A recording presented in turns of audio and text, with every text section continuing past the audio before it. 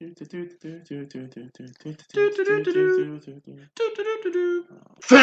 Friends. Previously on Fantasy Friends. Jacksonville is going to be down a lot. I'm going to give you a hint. They will be down a lot. Mm-hmm. The Washington football team, they're rising, and that's easy to do when you're a terrible football team last year. Going from the basement to one step on the basement. Bulls minus 5.5 over the Washington football team.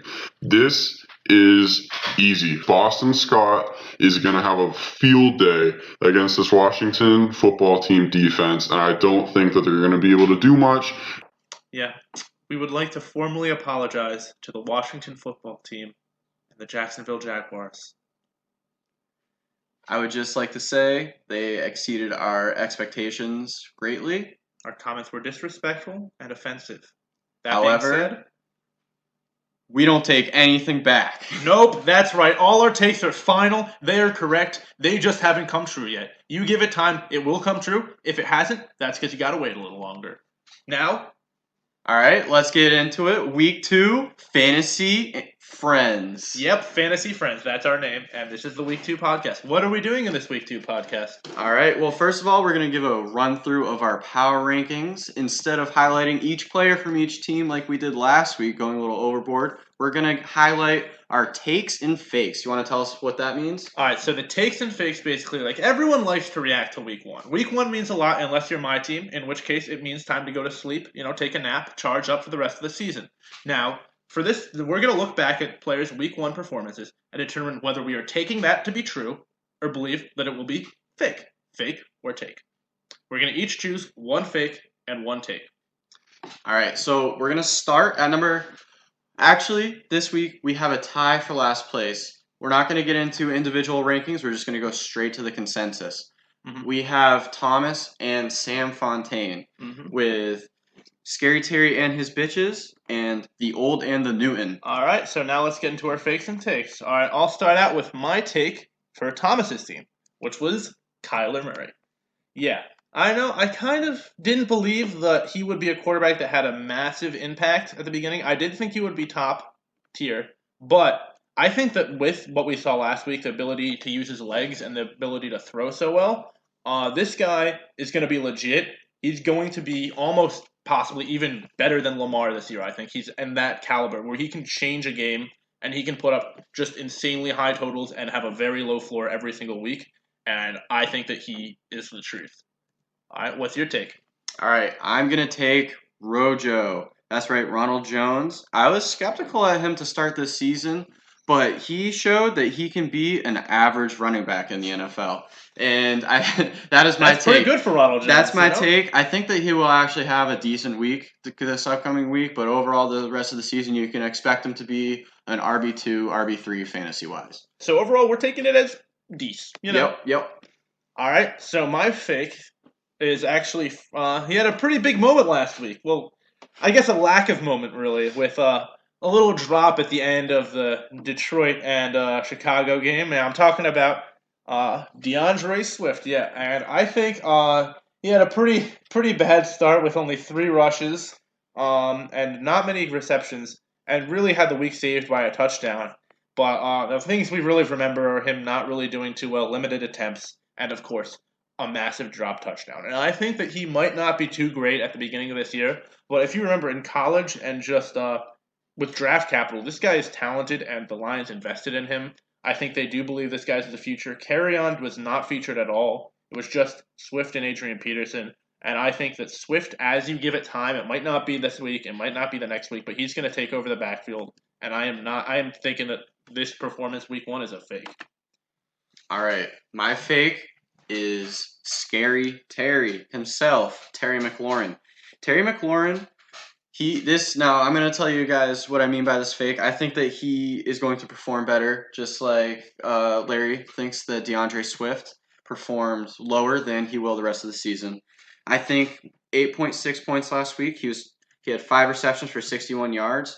This guy is going to be a great wide receiver in the NFL fantasy-wise this season. So he's my fake for Thomas's team. All right, now on to Sam's team, who is tied with Thomas. And I have for my take Clyde Edwards-Helaire. That dude looked legit. He made people miss.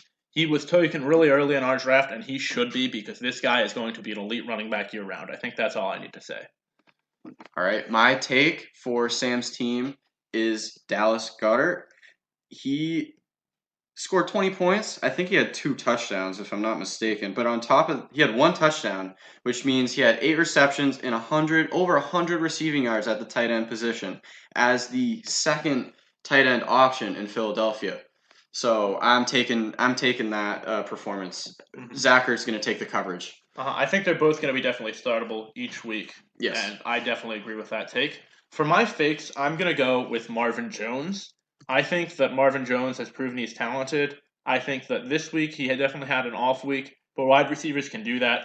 I think he'll do well, especially when Kenny Golladay comes to take a little coverage off of him. I'm not sure he can really be built as a wide receiver 1 consistently, but when he comes to wide receiver 2s, he's been the best for years to come, years before this, and he'll be the best this year as well. Well, one of the best. All right, my fake for Sam is Mike Evans. Okay, this is an easy one. Mike only scored 6 points. I think 1 catch. Yeah, he had 1 catch for a 2-yard touchdown. So Mike Evans, you can expect more out of him. He's the wide receiver 1 in Tampa Bay. And now that Chris Godwin's going to be battling an injury coming back, expect to see more targets and receptions from Mike Evans. Especially as he recovers from the hamstring injury he was dealing with last week. Exactly. All right, now next on our list we have Sam as our consensus, Sam Nathan consensus editor as our number 10. And why don't we get into your take first with Dukes of Hazzard? All right, so my take is Julio Jones. That guy is a stud. He's going to be a top 3 wide receiver, if not talent-wise. He's honestly probably number 1. Athletic ability is outstanding. He caught, I'm just looking at the stats real quick. He caught 9 catches for 157 yards. Without a touchdown, he scored 20 points. Imagine what's going to happen when he starts scoring touchdowns. All right. One thing I would like to throw in is Julio doesn't score touchdowns. Never. I know, but I'm saying if he starts to, then you can see 30 It's point a fantasy, games. and it will not come true. But he still will be a freaking beast. 20-point games without touchdowns. I'll take that. My take is Sony Michel with the fact that if he scores a touchdown, he'll be probably startable. If he doesn't score a touchdown, he will be awful and tank your lineup. I think that's going to be consistent every week, and that's mostly what's to it. He's an okay running back on an offense that likes to rotate their running backs, and he's not going to be reliable. All right, let's get to your fake next. Okay, my fake was Cooper Kupp. Stop trying to trade him, Sam, okay? He'll get better. He'll get better. We've all received the offers. We appreciate the offers.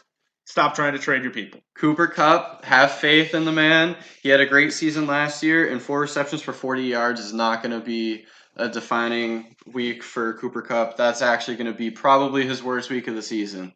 So what's your new contract fake? too for him? Yes, new contract, big money. And then for my fake, I am going with Matt Ryan, who I have had public beef with Matt Ryan in our fantasy league for years, and I will keep that going.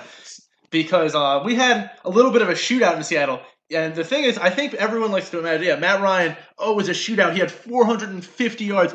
My fake isn't really the total, the points he got. It was the yards and the narrative. Because, even with all those yards, he had 24 points. Okay, that's fine. That's good. This is going to be probably one of the most passing yards he ever has. A lot of attempts, a huge shootout, 54 attempts. He still only got 24 points, okay? Matt Ryan, he's going to be decent. He will never be more than decent on the year. Don't we have a little agreement going that if Matt Ryan scores 30 points or more this week, that we have a little punishment that we won't get into right now? But it doesn't really even matter because it's not happening. All right. Matt Ryan. Let's get into our number 9. Our man right here, Larry. I'm going to be honest. My team, a little disappointing last week. As I said, they just didn't really realize the season had started yet. We're getting their power nap in. But I think they're going to maybe come along. They already showed really this Thursday that they can come along a little stronger as the weeks to come. All right. Let's get into your fake first. Okay. My fake is Jonathan Taylor. I think that Jonathan Taylor is... Big trade with that one. Yes. That's a new acquisition for my Chubb Ertz. He gave up Michael Thomas. We're not going to get into the trades. All right, so Jonathan Taylor, I think he scored 12 points this week. I expect to see him consistently scoring, I would say 15 points just based on volume alone. Marlon Mack is out with a very painful injury that's going to cost him his season. And if you throw in a touchdown and 20 rushes each week, Jonathan Taylor is a great play. All right, let's get into my fake. My fake for my team, Deontay Johnson. Even though on the statistically he's put up little points, he had a fumble. It looks like a really bad week. He looked really good out there running routes. He had 10 targets, which was actually the most, I believe, out of any Steeler. Big Ben seemed to favor him, even in a game where they were leading. I think that as the weeks to come, Big Ben is going to throw the ball down the field, and I think Deontay is going to catch a lot of those passes for a lot of points. Let's get to your take for my team. Okay, my take is DK Metcalf. DK Metcalf had a great week 1. He has 17 points, and I think that you're going to be able to expect to see that from him with Russell Wilson throwing the ball all day long. They're going to let Russ cook back there, and DK Metcalf is going to be a beneficiary of that. My take for myself is Cam Akers. Unfortunately, he was one of the many underperformers on my team and bench last week. I think that for now, at least, Cam Akers is not. There was questions about whether he would kind of ascend to that starting role. It appears for now that he is not, and I am taking that fact. And I think that Malcolm Brown, who looked really good, is going to be starting for at least a couple more weeks to come. Now let's get to Cassie's team. And speaking, I guess, of letting Russ cook. Russ cooked on her team. We're not going to really talk about that. But she did get pushed up to number 8. We already believe that Russ is going to cook. We're not going to we don't have to take him. We don't have to take that take. All right, so I'm going to start with Juju Smith-Schuster as my take number 1. Juju showed that he is the guy to go to in the Pittsburgh as a Pittsburgh wideout. He had 2 touchdowns and showed some great athletic abilities on one of his touchdown catches. I just think that with Big Ben back, he's going to have a great season this year. What is your take? Okay, for my take, I am taking Austin Eckler as I have this whole offseason as being underperforming. I am not taking the fact he will not be startable. I am taking the fact he will not be as good as he was last year, even though he is getting what some would perceive a larger role in the offense. As you could see, without Phillip Rivers, he does not catch the ball quite as much. I do expect him to catch more passes than last week. I do not expect him to catch enough to be a top running back like he was last year. Okay, on to your fake. Okay, my fake is Zach Moss. Zach Moss had 9 rushes for 11 yards. And he also, luckily for Cassie's team, got into the end zone. I don't think she played him. But my fake is that Zach Moss is going to be a startable running back, scoring 10 points. I don't see that happening. You're banking on him scoring a touchdown. Now, that's for now. I think later in the season that might change, but I don't see him being a startable running back for the near future. And then my fake for the team is one of Cassie's underperformers was Evan Ingram on the week. She somehow pulled out the win against Jake anyways. But he had 7 targets on the week, but only caught 2 of them, which shows that he is being targeted. We have seen he has talent. The question really is, I think he'll be relevant so long as he is healthy. And I think that he is definitely a top-level tight end. Now on to number 7, we have Jake Younger with Action Jackson's Golden Tate.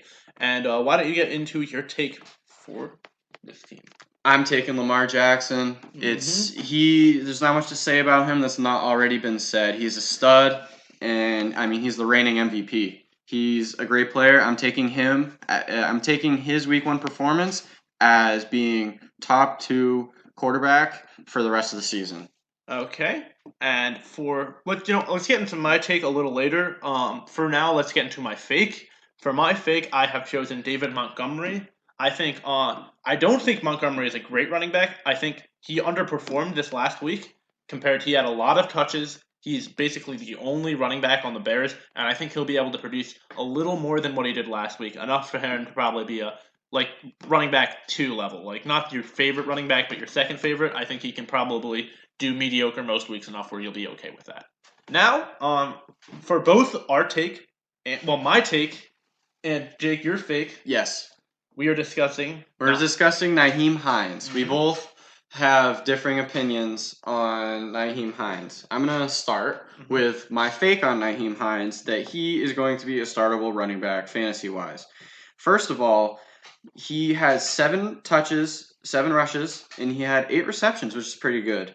But you can't count on a backup running back scoring 2 touchdowns each week. I don't see him scoring 23 points again. I would agree. I think maybe 1 week he could maybe break 20 or something, but I do think he'll be startable every single week just due to his reception floor. I think he's gonna those 8 receptions. I could totally see him getting maybe not 8, but like 7 to 6, enough where he'll definitely be starting running back just by that base of knowing you'll get like 3 to 4 points from him, and then everything else is basically a little extra. I think that you can definitely be pretty happy, just like David Montgomery, starting him and expecting a pretty okay outing. Well, we're not really too differing on that, honestly. Just a little off. A little different sides of the story. Yeah, a little different perspective. Now on to Michael, who we have put at number 6. And then let's get into your take for Michael. All right, my take is Kareem Hunt. Perks of being a Saturday podcast, we saw how Kareem Hunt performed on Thursday, and Kareem Hunt performed very well. He scored over 20 points on Thursday, and I am taking Kareem Hunt being a starting running back fantasy-wise. He looked very well. Nick Chubb and Kareem Hunt, it looks like their new coach is going to be running the ball, giving the ball to the running backs a lot this season. I wish he gave it more to Chubb, to be honest, as a Chubb owner, but it's okay. Hunt has some talent. As long as he gets the first down so Chubb can score, I'm happy with it. Now, on to my take. And for my take, I am taking actually, it's a little 2-for-1 right here because they're in the same situation, which is James Conner, and Benny Snell. I am taking that James Conner performed pretty poorly last week and Benny Snell performed well. And I am taking that's going to kind of be a recurring theme, at least for the first couple weeks. I think that they're both going to get a little playing time as the season goes on, but I think Benny Snell will probably be the guy who performs better, at least with the opportunities he's given, and eventually might be the one you're going to probably want to start, especially if Connor continues dealing with injury. Okay, and now on to Jake, your fake. Okay, my fake for Michael's team is Alvin Kamara. Alvin Kamara averaged 1.3 yards per attempt, which for those of you that aren't the most avid followers, that's really terrible. I will say it's better than Saquon Barkley, but we'll get into that later. He had 2 touchdowns. Again, another running back saved by touchdowns.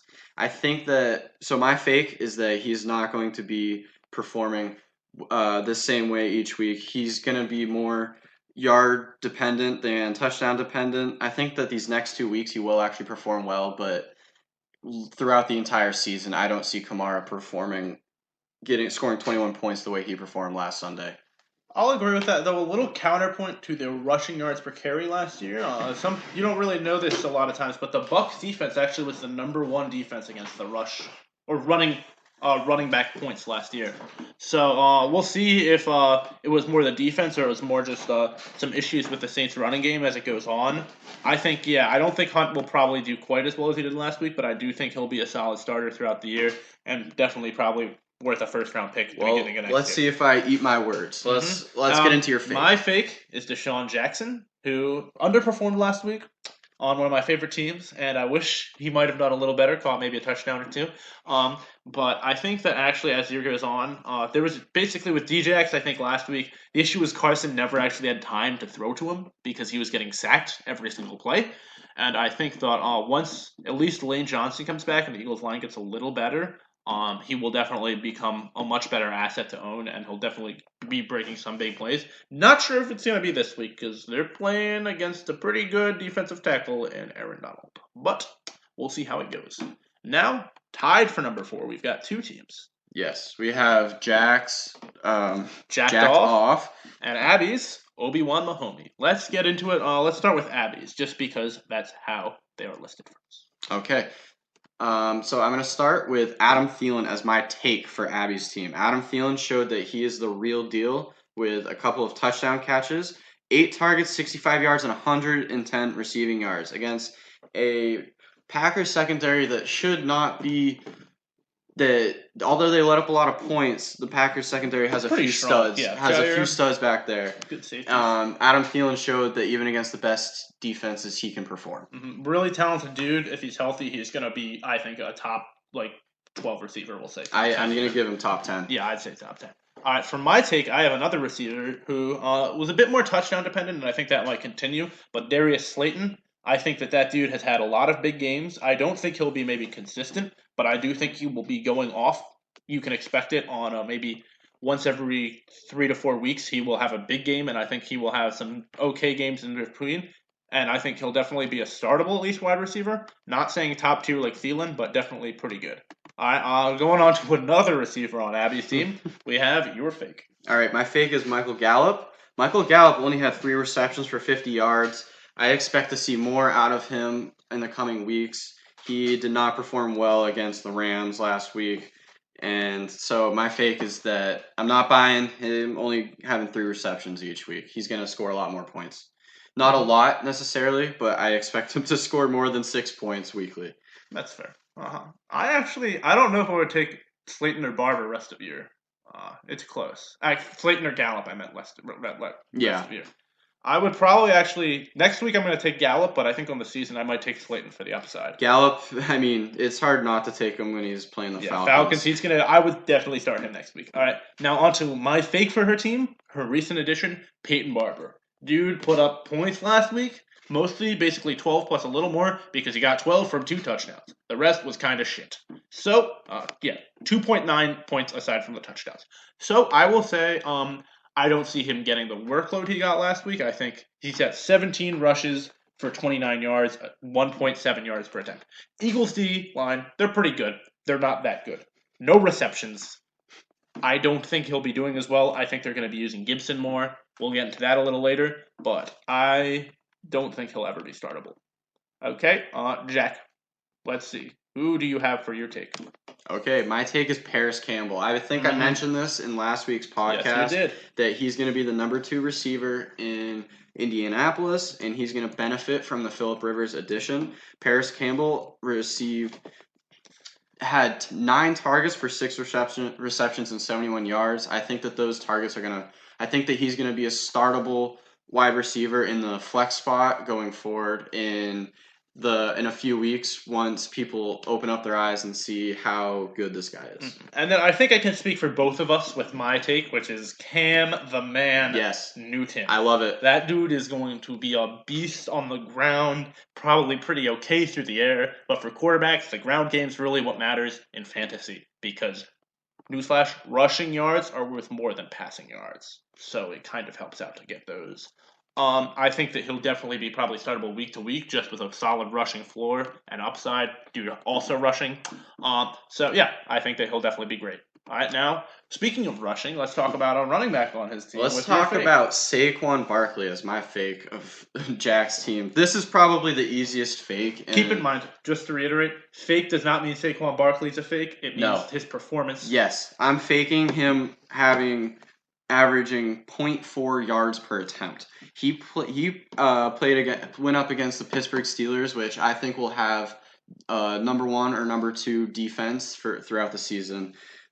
He only scored 9.6 points. I'm faking that. Saquon is a must start each and every week. Okay, and then for my fake, I might get a little flack for this. I don't think that you might agree with me, but I am actually taking AJ Green, specifically actually AJ Green. Yeah, I'm faking AJ Green's Thursday night disappointment, and I am saying rest of year he is still going to be that green money cash player you want on your team. And I know Jack probably doesn't agree with me. I don't think Jake agrees with me, but that dude got 13 targets. He got 9 targets week 1. That is insane numbers. I don't think that they're going to go down. They actually went up between weeks, and he had 229 air yards on his targets during Thursday night's game. That is more than any other player. Devontae Adams, Adam Thielen, any of those guys received week 1. He is going to be a target monster, and I think that he'll perform more. So I think I agree that it was a disappointment and he will perform better. And you have to remember, without a preseason, him and Joe Burrow haven't had a lot of time to get their timing down. So I think that could attribute a bit to that. All right, let's get into at number 3. We have Lindsay's team. High score from last week. Pretty good performance. Though actually we were kind of pissed about that. Low key, we're kind of upset at you, Lindsay. Yes. We said Abby was going to win. We tried to talk to Ben about getting the scores flipped up. Turns out for the number 1 scorer, we can't really do that. But yeah. Everybody else, watch out. Yeah, and also come on, step it the fuck up, Lindsay. Next time when we say you lose, you lose. That's the rules. All right. You know the rules. All right, let's get into your take first of all. Okay, let's go with my take. I am taking Hollywood Brown. Yep. Hollywood Brown, he's going to be pretty good, I think, on the year. He got a decent amount of targets, relatively, for Brown with 6, which doesn't sound like too much. But in a game where the game script was really positive, where they really only had to run the ball the whole time, having 6 targets was great, and he performed very well on the targets, high efficiency. I think he'll definitely be a guy who can start week to week. All right, so I'm going to get into my take. Josh Jacobs. Wow. RB1 through week 1. Not saying much, but the guy had 25 attempts. He had 3 rushing touchdowns and 93 yards. Carolina is not known for the rushing defense, but I don't care if it's the Pittsburgh Steelers, San Francisco 49ers out there. You're starting Josh Jacobs against everybody. Yeah. Extra work in the passing game, which is great. Yes. And that's a big improvement from last year as well. Speaking of passing game, let's talk about my fake. And I am saying I am not buying T.Y. Hilton's performance last week. I am thinking he did a little bad last week. Only 4 receptions for 53 yards, not many points. But he got 9 targets. He has a new quarterback. I think that as they get better, they sync up. The Colts as a whole underperformed, and I think that they're going to do better. I think that T.Y. is going to do better. I think he's going to get a decent amount of touchdowns, get more deep threats, and pull in more of those catches. And I think he'll be startable the rest of the season, or at least relatively. All right, my fake for Lindsay's team is Adrian Peterson. Wow, this guy seems like ageless. He doesn't seem like he ever ages. New team too. 1 week. New team, week 1, 15-year veteran, and he still rushes for 93 yards. Now, Jake, tell us why he sucks and why you don't buy that, though. Okay, I'm not saying that he sucks, but I will say my fake is that you're taking him as a fake. That means that you kind of you don't buy that he's going to be good. Right, that doesn't mean he sucks. I guess. Okay. Stop putting words in my mouth, Larry. All right, so I am faking on the 13-point performance, which are starting running back numbers in our league for fantasy. I'm faking on that because DeAndre Swift is going to fill into the role and take a lot of those carries away. I think that he'll still see a decent amount of touches, but he actually caught 3 receptions for 21 yards. Another surprise. I don't see him doing a lot in the passing game, and I think that his touches are going to decrease throughout the rest of the season. But I'm impressed. But he's my fake because this is his best performance for the next few weeks.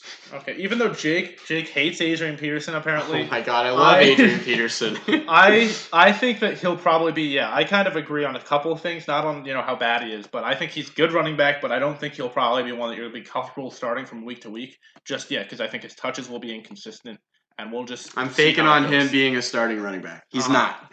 Yeah, so you hate him. Okay. Now, talking about Jake's a little more, let's look at his team, and let's go to my take first, which is Ezekiel Elliott, who I will not be hating on, even though he is on the Cowboys, because that dude looked like the truth last week on Sunday night. I think we were all watching. He made those Rams defenders look silly. He was making insane cuts. He was getting massive yards, and he was scoring touchdowns. 22 attempts, 92 yards, a rushing touchdown, work in the receiving game, and a reception touchdown too.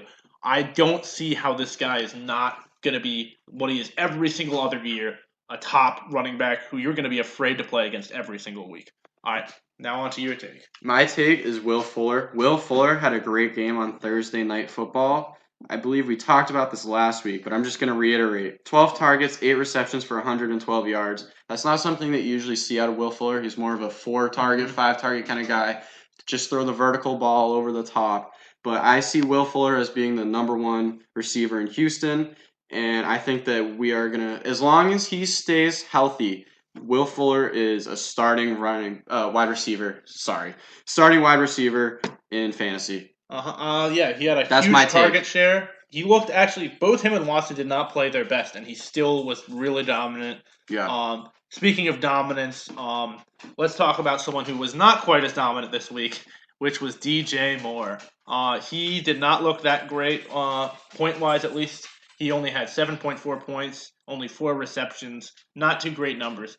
But he did get 9 targets, which is pretty good. He's usually a very high efficiency player, decent efficiency player. I think that he'll be able to pull more of those in, get more out of those. I do think that the other Panthers wide receivers are going to contribute more than you're going to expect, and he might not be the number 1 type, top 12, but I do think he'll definitely be in that next cluster of players where he'll be a good week-to-week starter. So I do think that the week 1 disappointment is kind of a fake. All right, my week 1 fake is Tyler Higbee. Tyler Higbee only had 4 targets for 3 receptions and 40 yards. I'm faking on that low target share and low performance for Tyler Higbee. I think that he's going to see more targets as the Rams season progresses. We'll see. I don't More know. than 4. Well, Cooper Kupp and Tyler Higbee usually can't exist together, and you faked them both. So we'll see which one of them ends up doing too well. Maybe I they'll think both. that the running backs are going to be the ones to That's fair. see a depreciation. Yeah, Malcolm Brown probably will not get 24 points. All right, now let's go to Ben's team, and let's go to your take. Okay, my take on Ben's team is... Speak of the devil, and he shall appear. Malcolm Brown. Malcolm Brown. I know that I was just talking about a couple Rams players performing better, and I'm not saying that Malcolm Brown is going to score 24 points, but I do think that he's going to be able to be started in fantasy week by week because he's going to be the number 1 running back, at least for now, until Cam Akers settles into things. Yeah, we'll see. We'll if Malcolm see. could keep it up, I think he could even. Malcolm Brown had 2 rushing touchdowns, 79 yards. I think that even with 1 rushing touchdown, he's going to probably run for at least 60 yards per game. I like Malcolm Brown. My one concern with Malcolm Brown is he got a lot of touches, but that they were trying to slow the game down. Cam Akers still got 14 touches, and I'm not sure that they both will be able to see those high touches. I think it'll probably hurt Cam Akers a little more as long as he performs well, but we'll see throughout the year. It's just a little bit of uncertainty. Yeah, so fuck you, get off my team. Yeah, great trade. Let's think. Yeah, All right, now on to my take. And I am taking Sammy Watkins. I know he's tricked us with his week 1 performances before. Jake can talk about that personally. Oh, boy. He scored about 40% Number of his one. entire points in week 1 I think last it might week. have been more than 40. He was the number 1 receiver last year. And this year he is the number 10 after week 1.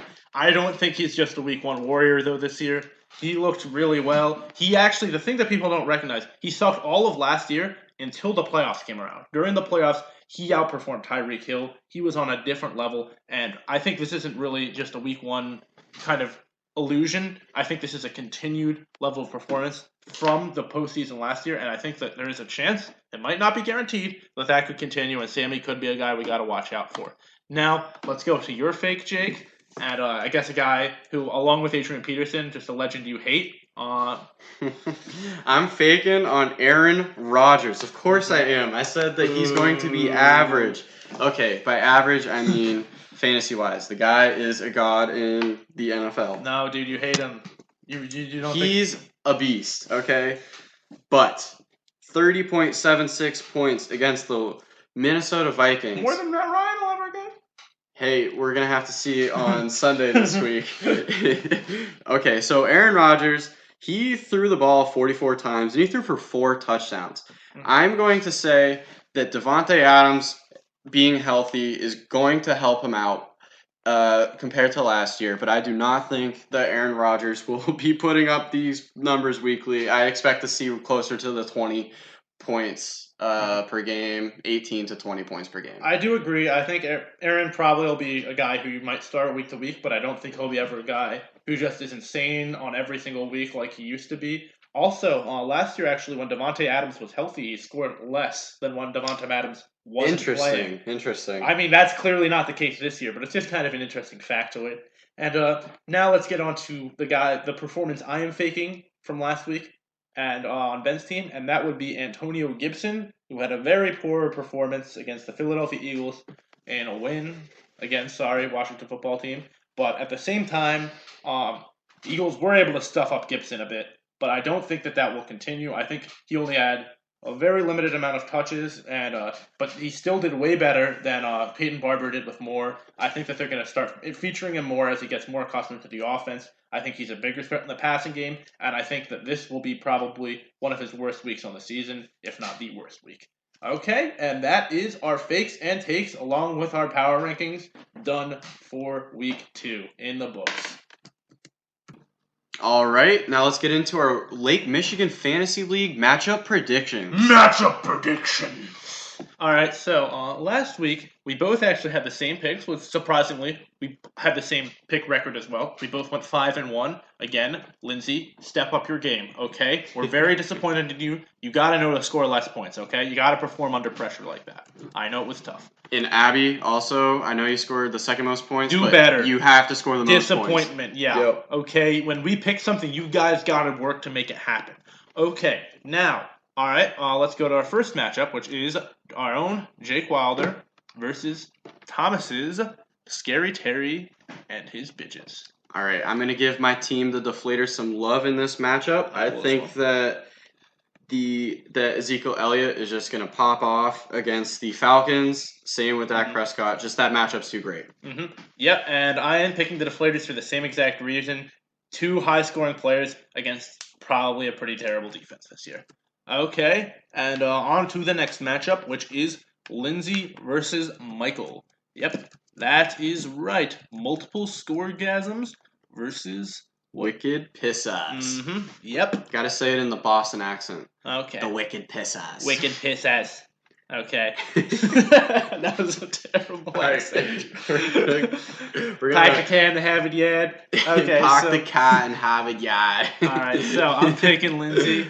And I'm gonna also bad pick accent and all. I'm gonna also pick Lindsay. What's your reason? My reason is going to be because of Josh Allen, who I think, low-key, going to be a beast this year. I didn't mention him in the Faker take, but I think he's going to perform pretty well this week, and that's going to be the difference. Unfortunately, that was going to be my take as well. Yeah, that's right. I got you. Beat you because he's playing the Miami Dolphins. You also forgot to mention that aspect. I didn't need to. He would be and because a running quarterback in Cam Newton's ran for 75 yards and 2 touchdowns last week against Miami Dolphins. Okay, that's a good point. But I'm also going to take them because Josh Jacobs and Dalvin Cook are on Lindsay's team and not Michael's team. Kareem Hunt did make this decision more difficult, though. Yes, he did. Nice Thursday performance. I agree. Okay, now on to our next one, which is Juju Knows What's Up versus Stairway to Heaven. Okay, we are going, we practice what we preach, and we are both going with the guy we picked as number 1 this week in the power rankings. So that's right, Stairway to Heaven. Ben, congrats. Have fun with Michael Thomas. All right, and I picked Ben because even though Russell Wilson is cooking, he's cooking against the New England defense, and so is Chris Carson. And I think that defense is at least going to do enough where they won't perform up to their usual expectation. And I'm going to pick Ben's team as well because you can always count on Christian McCaffrey. He's projected 19 points, and I don't see him scoring anything less than 20. I'm actually going to bet he's getting 15. Hot take, I know. We'll see. Okay. Dukes of Hazzard now is our next matchup against Jacked Off. Okay. Nice name, but not nice performance from AJ Green. And that is actually going to be the reason. Even though I liked AJ Green and season long, that is actually the reason I am going with the Duke of Hazzard. His team is hot. His wide receivers are going to have some nice matchups this week, and I think that he's going to be able to capitalize on that poor flex performance from Jacked Off. Yes, I think that the matchups on the Duke of Hazzard side is more favorable than Jacked Off side, and with the combination, again, AJ Green is the kicker. Mm-hmm. Yep. Actually, no, his kicker is Mason Crosby. You know what I meant? It's the kicker in the decision. Okay. I don't know if that's I was just fucking Okay, Action Jackson's Golden Tate is our next matchup, facing the Old and the Newton. And now I am going to go with Action Jackson's Golden Tate. Yep, and the reason I'm going with him, partially, is because I don't even know who the Old and the Newton is playing at flex right now. Currently, it is Le'Veon Bell, who is on IR, and I'm not sure if he's subbing in because it does not look like Deebo Samuel's coming back soon, and we're not even sure about Cortland Sutton, so that uncertainty is the reason I'm going with Action Jackson's Golden Tate. I expect, now this is if Sam checks by tomorrow, I hope you do, I would expect them to put Dallas Goedert in or Scotty Miller. Both, actually. Take out Mike Gesicki. I know I liked him. Don't do it. But, okay, fantasy's a game of matchups, and this week, Stephon Diggs plays Miami, and Amari Cooper plays the Falcons. And that's why I'm picking Jake. So we've had consensus with our last 5 picks, but this is the one pick, actually with our last 11 picks. Yeah. This is the first time we've had a difference, our only difference of the week, and that is in our own me's matchup, my Chubberts versus Obi-Wan Mahomey. With that great performance from a couple of my players on Thursday night, aside from the Cleveland Browns defense, step it up, do better. I think that those guys are going to be able to push me over the top along with Jonathan Taylor. You're already within 20 points of your week 1 score. Yeah, how do you feel about that? Well, a little happy and a little sad at the same time, to be honest. But I think, Jonathan Taylor, with his new acquisition, he's going to be the guy who really turns it around for me this week and shows why I made that trade. All right, I like that. I also like on the other side, Abby's team.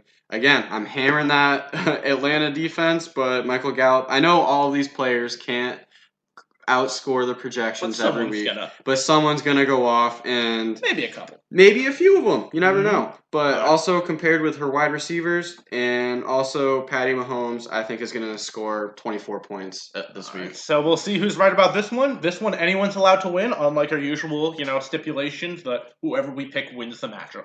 So this is really the only. Because it wasn't consensus. Yeah, not consensus. So we'll see. We'll wait with bated breath the result of this matchup. The rest are decided, and that is it for this week's matchup predictions.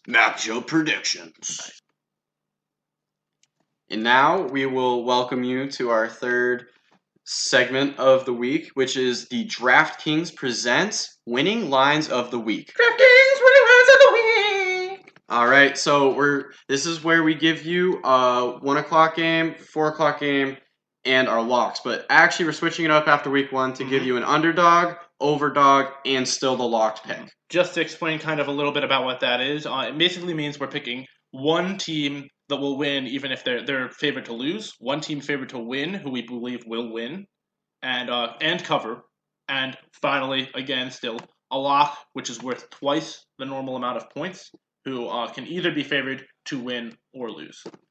So after week 1, we actually both got our 2 not locks correct. Well, no, I got my lock. Oh, you did get your lock. Yeah, let's go Rams. Oh, okay.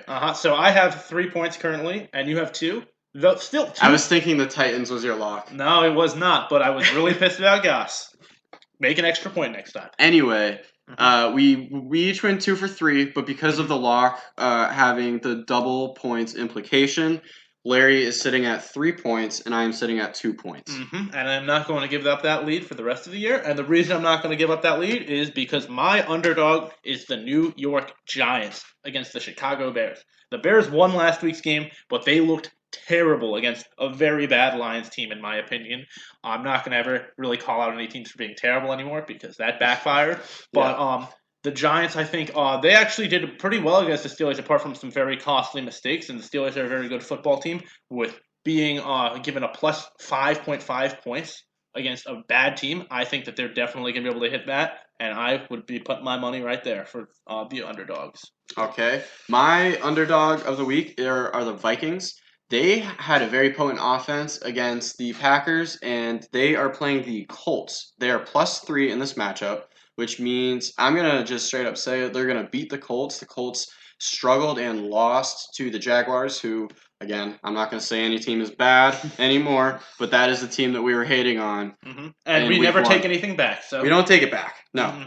All right, and now for my overdog, or the team that is going to win kind of, and I'm taking with the points, is the Chiefs minus 8.8. With a lot of points, but I think that they can win by 10 plus against a bad Chargers team. Barely beat the Bengals. I think that the Chargers defense is okay, but it won't matter against that type of offense.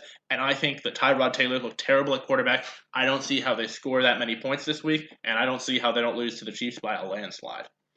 Okay, for my overdog, aka who I think is gonna cover the spread, is going to be the Cardinals minus 7 versus the Washington football team. I bet against the Washington football team last week in my lock, and I lost. Not taking anything back. I'm not taking it back because I just blame the Eagles. That's not what we do. Yeah. Yep, it's not my fault. You know what I mean? Yes, theirs. Yeah, so the Cardinals are coming off a week 1 victory over the 49ers, who many thought would be a Super Bowl contender, as they were a Super Bowl contender a year ago. The Cardinals looked very good. Their offense was clicking, and their defense slowed down the 49ers a lot. I think that they're going to cover the spread minus 7. We don't take anything back, but I am going to say it. I do disagree with that pick. Okay, and with my pick, kind of speaking of a similar matchup, I am taking the 49ers for my lock of the week. Minus 6.5 against the New York Jets, who I think will be working their way to the worst team in football this year because they looked terrible against the Bills. And Le'Veon Bell Ouch. is on IR. Mm-hmm. Yep, so combine that with facing a pretty good football team. They struggled a little week one, but I think they're going to show us just why they made it to the Super Bowl last year this week in a very good matchup. I will take under a touchdown, 6.6 as the spread, and that is my lock. All right, my lock of the week. I know my lock of the week last week didn't hit. It was the Eagles. I am sorry about that, but I actually don't have any regrets because this week my lock of the week is against the Eagles. Rams plus 1.5. Hammer that over the Eagles. I do not know how the Eagles are favored in this game. It is actually blowing my mind how the Eagles are favored to win by 1.5 points. Hammer that Rams pick plus 1.5. Okay, all of our Philadelphia Eagles listeners to this podcast, I know a couple of the players do listen. Please show Jake why it's wrong. I love Miles you guys. Sanders is back. Yeah, Miles Sanders, Lane Johnson, show them why you matter, and yeah, go kick the Rams' ass. Let's go, Birds.